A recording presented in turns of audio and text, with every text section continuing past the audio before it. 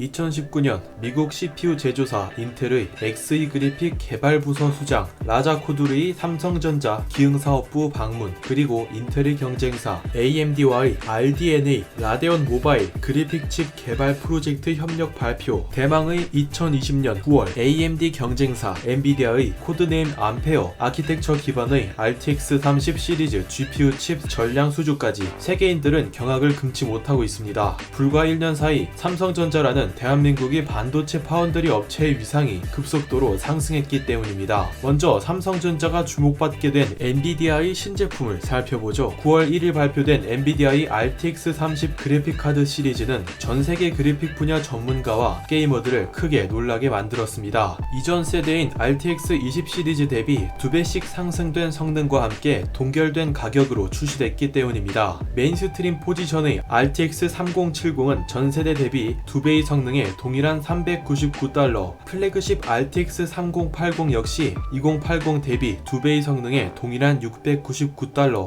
그리고 하이엔드의 RTX 3090은 1496개 쿠다 코어에 $1499로 전작 최고 하이엔드였던 타이탄 RTX보다 $1000나 저렴합니다. 사실 엔비디아 CEO 젠슨 황에게는 황통수라는 별명이 있습니다. 그동안 유저들의 열불을 자주 터지게 했기 때문이죠. 성능이 업계 최상인 건 맞지만 과거 라데온과 경쟁을 벌일 때에 비해서 눈치 보면서 가격을 책정하고 있다 라고 말하면 거짓말이겠죠. 또한 힘도 제대로 못 쓰는 경쟁사를 계속 의식하면서 카운터 치는 제품을 자주 내놓기까지 합니다. 라데온 5700 시리즈를 겨냥해 RTX 20 시리즈에 황급히 추가된 슈퍼 시리즈가 대표적인 예시죠. 새 모델을 기습 출시하고 이보다 반체급 낮은 모델의 가격을 낮췄습니다. 황통수라는 별명은 이런 적당한 선을 지키는 희로애락 전략에서 유래되었습니다. 그런데 이랬던 황통수가 이번에는 아무 명분 없이 저렴한 신제품을 내놓은 것입니다. 엔비디아의 갑작스러운 가성비 공세에 소비자들은 그 배경에 주목하기 시작했습니다. 바로 삼성전자이죠. RTX 30 시리즈는 이례적으로 모든 칩들이 삼성전자 파운드리에서 생산된 메이드 인 코리아입니다. 특히나 지난 2019년 12월 RTX 30 시리즈의 삼성전자 전량 수주 루머에 젠슨 황 CEO가 TSMC 공정을 사용한다며 직접 반박한 적이 있어서 더욱 황당할 따름인데요. 삼성전자와 저렴한 가격, 그리고 엔비디아에 무슨 관계가 있었던 걸까요? 이제 이 선택의 배경을 알아보도록 합시다. 삼성전자는 지난 2005년 파운드리 시장에 첫 발을 내딛었습니다. 그리고 2017년이 되어서야 세계 4위 수준이었던 파운드리 부서를 별도 사업팀으로 독립시켰죠. 현재까지 라이벌로 있는 TSMC는 1987년부터 사업을 시작했다는 점을 감안한다면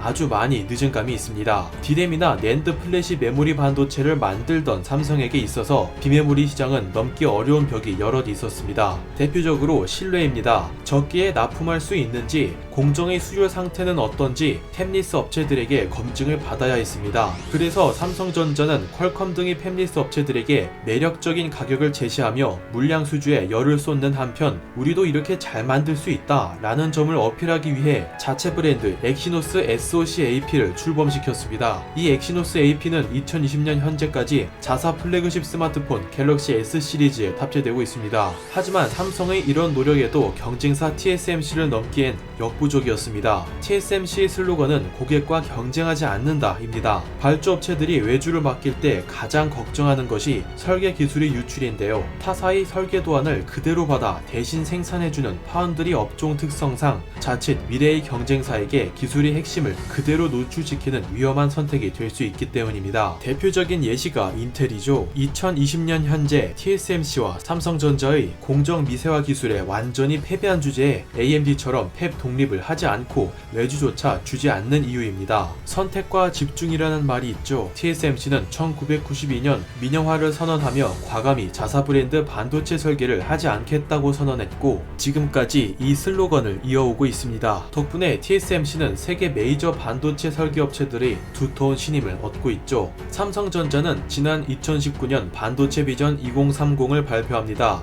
경쟁사 대비 취약했던 비메모리 반도체 생산 시설을 보완하고 2030년까지 세계 파운드리 시장 점유율 1위를 달성하겠다는 야심찬 목표였죠. 그런데 이를 지켜보던 대만의 TSMC는 코웃음을 치며 삼성을 기만하기 시작합니다. 삼성전자가 5나노미터 수율에 심각한 문제를 겪고 있다. 반도체의 선두주자는 역시 TSMC뿐이다. 지난 영상에서 삼성이 어떻게 대응했는지 알려드렸습니다. 이 사건으로 일각에서는 최근 삼성의 공격적인 행보에 위협을 느껴 여론전으로 견제하려는 목적이라는 분석도 나옵니다만, 지금 와서는 사실상 매출이 상당수를 차지하던 엔비디아를 뺏긴 TSMC의 최후의 발악으로밖에 볼 수 없겠군요. 이건 배 아픈 부분이지만 현재 TSMC 생산 라인은 포화 상태에 다다랐습니다. 차세대 애플 A14 칩과 퀄컴 스냅드래곤 865 시리즈 및 5G 모뎀을 연달아 수주하면서 생산 단가가 오르고 있죠. 오죽하면 사람들이 TSMC를 슈퍼을이라고 부를 정도입니다. 그런데 TSMC는 슬슬 고객사들에게 갑질을 하기 시작합니다. 자자,